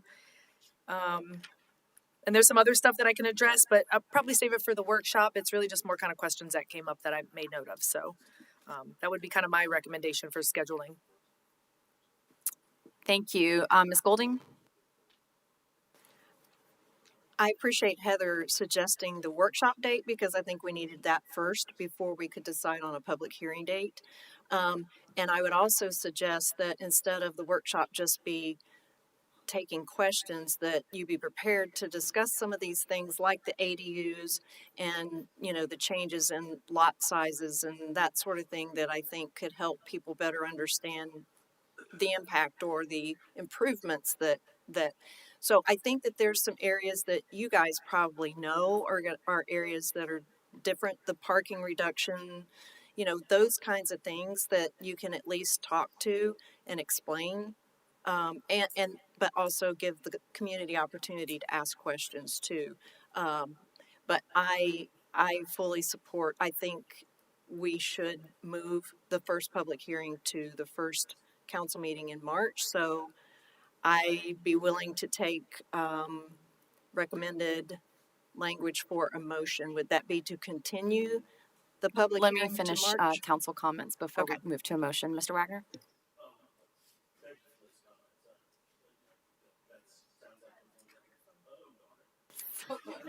Almost made it through a whole meeting with remembering to hit my butt. Just so close. I almost made it to the goal line, the finish line. So I just to kind of add to Councilor Golding's comments. Also, because there's time between now and then, I wanted to thank Heather and her team for agreeing to put some FAQs together, because I think there's some things where there's just a little bit of clarification or understanding that could help. And if nothing else, it could help us refine how we talk about it at the workshop. So I do think that that was a great recommendation, Chris and Madam Mayor. But and I think that'll help us. And I do like the fact that we have laid out a time frame and we're going to work through it. It's going to allow people enough time. If I I'll make the offer out there for folks. I'm out on our website. I have an email. If you guys have questions and you want to direct them towards me or any of the representatives up here of your communities, feel free to do that too as well. Because that's part of the process of us being there to be available to support you guys. We really want this to get through. I really do see all sides to this, and I do know that we do have people that are, just literally waiting for this to help them out in their businesses and stuff along those lines. So, and I'm talking about retail businesses. I'm not talking about developers. So, really want to make sure that, we take the best use of this and really knock it out of the park. And then the last thing I'll say is, and it's kind of one of the comments that Heather started with is, while it may have taken us 40 years to get through the first rewrite, I can guarantee you it is not going to take us 40 years to get through this is going to be a living, breathing document. It is going to be something that people can bring up to us.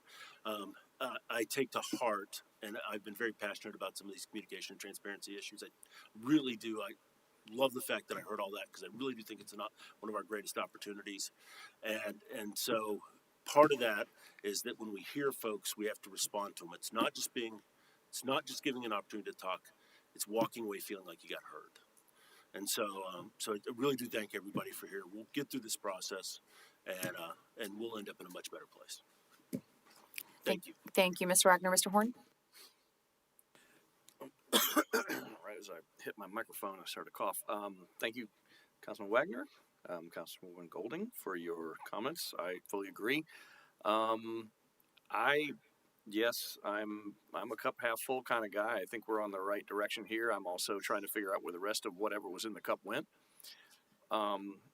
Actually, this is not as much of a cheerleading session. There's some things that I wanted to ask since the discussion that came up before, all those comments and some things. I guess for the Kimley Horn staff, do you have a red line version of this document?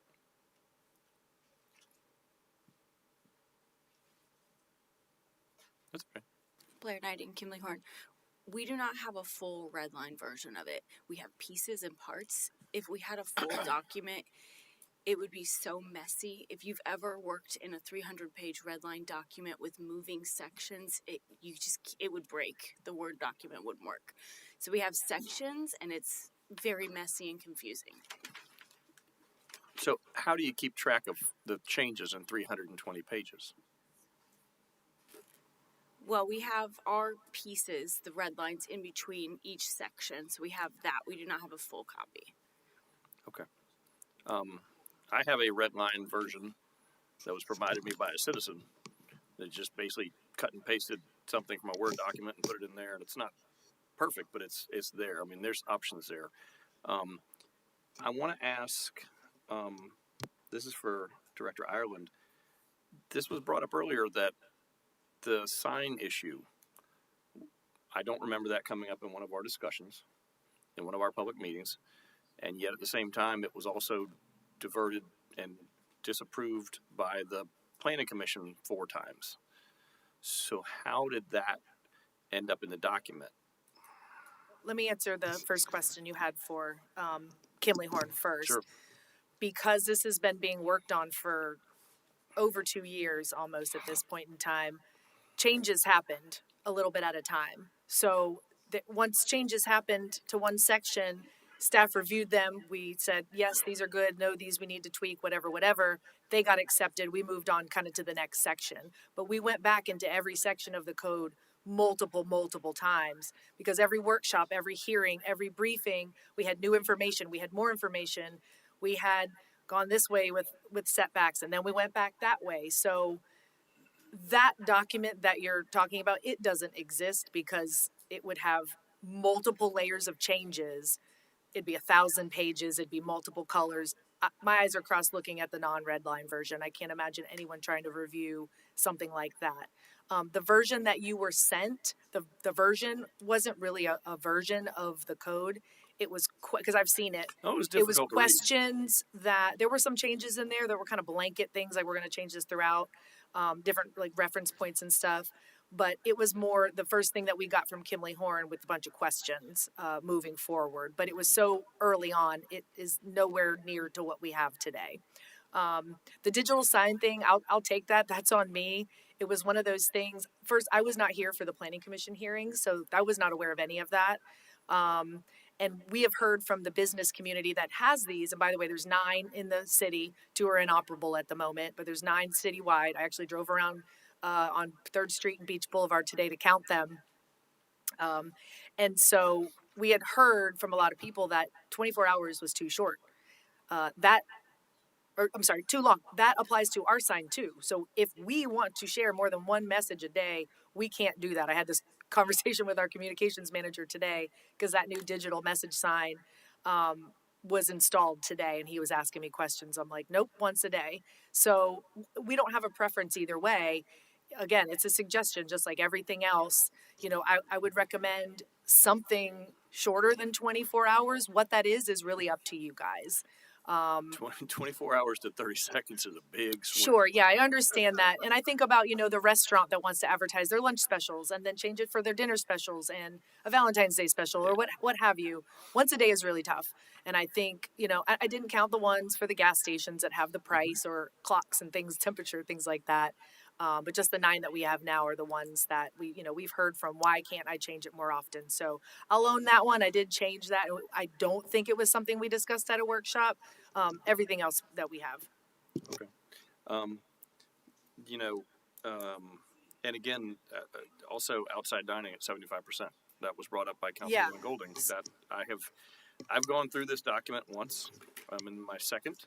I have some things that I've noted, but as I go through it again the second time, I'm finding more and again, little idiosyncrasies that I have seen and found, but that one has escaped me already. So thank you, Councilwoman Golding. So that, again, is one of those discussions we had with council to see if you guys wanted to increase that. We had made the note in the code, but then council never came to a decision. So I've already kind of gone back and put it back to 50%, which will be is one of the things in my notes because we did discuss it, but in the end, we realized that a decision hadn't actually been made and we kind of preemptively changed it. So it'll go back to 50 unless you guys tell us otherwise.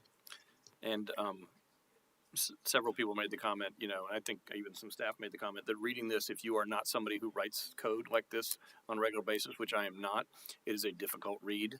I get a headache. I read for a little while. I stop and go back and read some more. We've got looking at if we're going to do February 20th, that's 20 pages a day. So you all have your homework. Sorry about that. It's doable if you realize that the first 25 or 30 pages are just definitions, which you really want to know what the definition of a recreational vehicle is according to the city, you can, or whatever else. Like I said, I understand. I said it earlier. I understand procedurally how this would be okay, but it has nothing to do with my comfort level. It has to do with what the citizens are happy with and not happy with. And if you guys seems that not happy, not comfortable where we are, then I can't support moving forward. And I think a public meeting would be wonderful. Mr. Sutton. Thank you. Great work, like all of it. Thank you for being forthcoming on the sign thing. Don't appreciate that. It was painful for us. I guess it's been 10 years ago now, and we'll revisit that and see where we land. Just a process question between February 20th and what is that, 6 or 7 working days between then and the first meeting in March. My question is, what does that look like, that first meeting in March? And are we going to get to a point of having some edits at that point that for us to consider as part of that first reading? Or I'm just curious as to what that might look like. So what I would envision is taking the comments and concerns that we hear from the public and basically providing you with a list of those.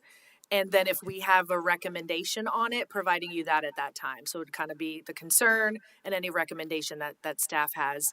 At the last round of workshops, we did get into a lot of the details in terms of the lot coverage and the ADUs and all these things. So we can just basically replay that presentation at the public workshop and then, take comments and concerns and do what I just proposed, if that is something that kind of makes sense to everyone.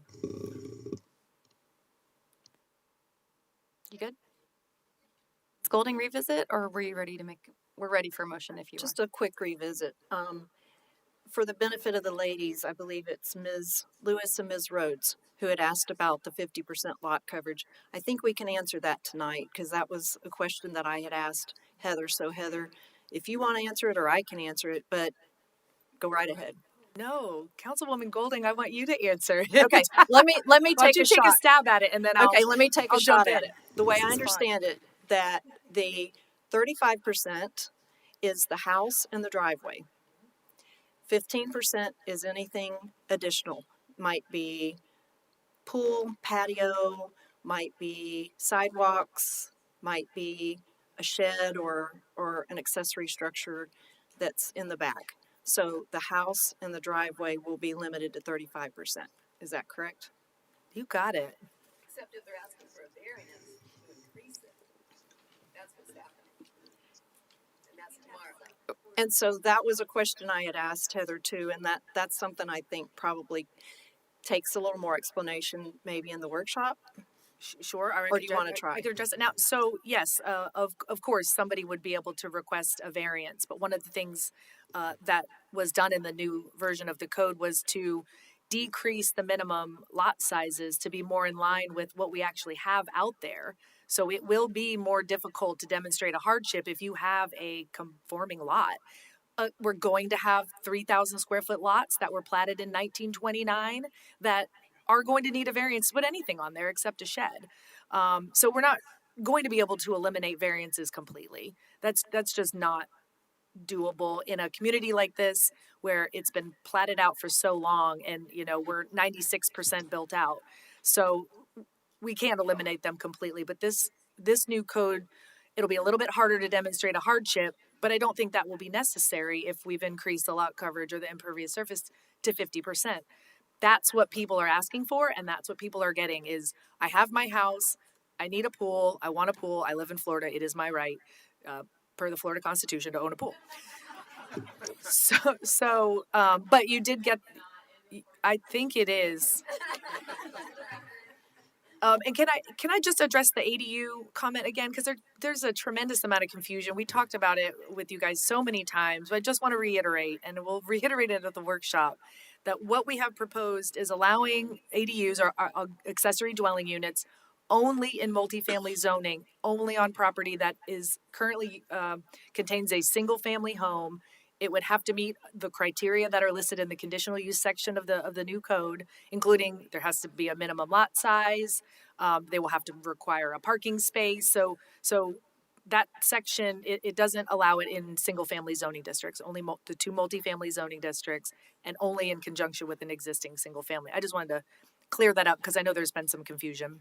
Well, and I think you could also clarify the concern about the ADU becoming a vacation rental too, because I believe there's language in the code that would help to address that. Yes, correct? I'm not going to find the page because I'll spend the next 20 minutes trying to find it where it is. But we did put in there that the owner would have to sign an affidavit basically saying that this is for our residential use and it won't be, it is going to be used as it was constructed and intended. Obviously, we can't stop short-term rentals, as we all know, since we're preempted by the state, but that will hopefully be a stopgap measure for us to be able to say, well, you built it as such and that's how it's supposed to be used.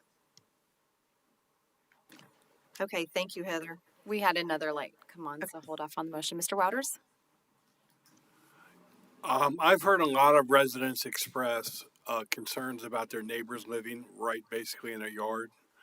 Now, with the relaxed side setbacks proposed by this new LDC in RS2, RM1, RM2, and RM3, there a 5-foot setback is available.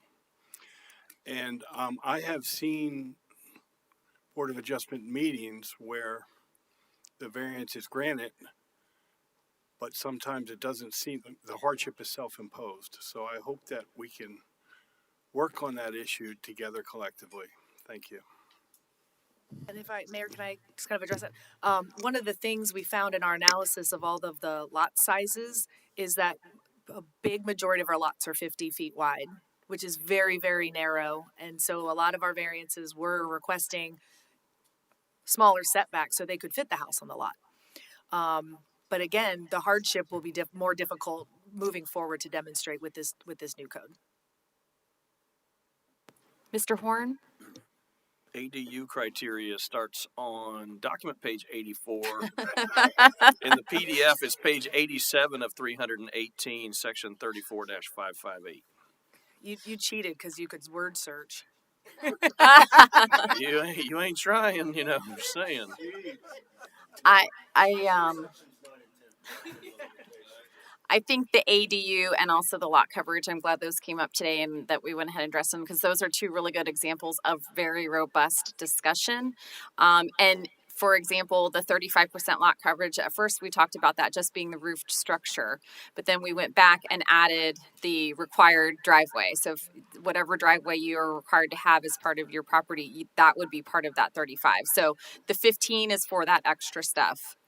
You are not, it's not a constitutional right that you can have a swimming pool, but it is a common request and a common variance request. So there was just so much thought in that one and in the ADU one in particular. And that one, I was very proud of how creative that solution came to be because the idea was to incentivize keeping the single family home on a piece of property where you could build multifamily no problem. But this would encourage someone to add, another a building, an accessory building on their property versus tearing it down and building townhouses or whatever they would be able to do by right there. So the bottom line is, I think we're heading in the right direction. But just know that other than the sign 30-second thing, none of this really happened in a vacuum at all. So there's a lot of, but we are interested in continuing the conversation and the dialogue until we feel good about where we are. We are also required by state law to review the land development code every year, right? No? Okay. Is it every 40 years? So it is something we can review periodically as a matter of routine, and I think that we should. So again, we want to get this as right as we can this time in this 40-year review. Ms. Golding. So I have one other follow-up to Mr. Horn's comment about the red line version. So I got a copy of the red line sections from Mr. Smith that you're referring to. But since then, we have another citizen that I believe Mr. Horn may have gotten the same copy from because I got it as well, where they are technically astute enough, not me, to take the current LDC and the new version that we got on January 7th and do a merge on it and actually show red lines. So my question or my proposal to the city council would be this. Because could we not post that along with the new LDC, the clean LDC on our website so that for the citizens who want to, maybe their eyes will cross or maybe not. Maybe it will be helpful for them. But I think it could only be helpful, not hurtful. I will say one thing. The document that I went through it. I did have some difficulty because the information is there, the numerical, the numbers and the section and the headings, a lot of those were off, and so I had some difficulty as I went through it. So I just got to say that if we were to post that, you can post it, caveat emptor, buyer beware if you're going to look at this. Because again, I started to go through it and I'm like, well, these are all off and this is off and this is off. And I went, wait a minute. Okay. So now I've just figured out that some of these things aren't the numbering was incorrect in some areas, just because that's what's going to happen when you try and merge two documents, cut and paste. Well, I think with a caveat that, okay, the numbering may not match, but I think the key is the wording. Kind of like what one of our citizens said tonight. I think it was Mr. Combrick maybe who said, I'd like to be able to know, well, what did the old say and now what does the new say? And if we have that, I think that textually, if you just say, look at the text of the document, that will help you see where the differences are, then maybe it could be helpful. Mr. Sutton? I appreciate that. I wouldn't be comfortable posting anything. If Kimley Horn can provide something like that, that's going to be representative of the city and the work that's being done, I'd be completely fine with that, but not from a citizen. It's a good point from that. We wouldn't have any control over it. I don't know what. Yeah, it is 700 pages. Mr. Horn, your light's still on? You good? Okay. Ms. Golding? So I'd be willing to make a motion. So if I could propose a motion, first off, let me just let the city council know that I will be out of the office on February 20th. However, it's a workshop and all the questions will be technical planning staff questions. So I don't see any reason why the board couldn't proceed without me being there, but I did want to make you aware of that. But based on all the discussion, I'd like to read a motion, and then I think it would be sufficient if Councilor Golden, if you wanted to say so moved, if you were in agreement with that, and go from there. So this would be a motion to continue the first reading of ordinance number 2025-8220 to March 3rd, 2025 at 6 p.m. at council chambers at Jacksonville Beach City Hall, and direct staff to schedule a public workshop for February 20th, 2025. So moved. Mayor, thank you for pulling the ordinance, and seconded. We have a motion and a second. Any discussion on the motion as presented? Ms. Golding. I did have a comment, but I don't think it's on the motion. Anyone have a comment on the motion as presented? Madam Clerk, roll call.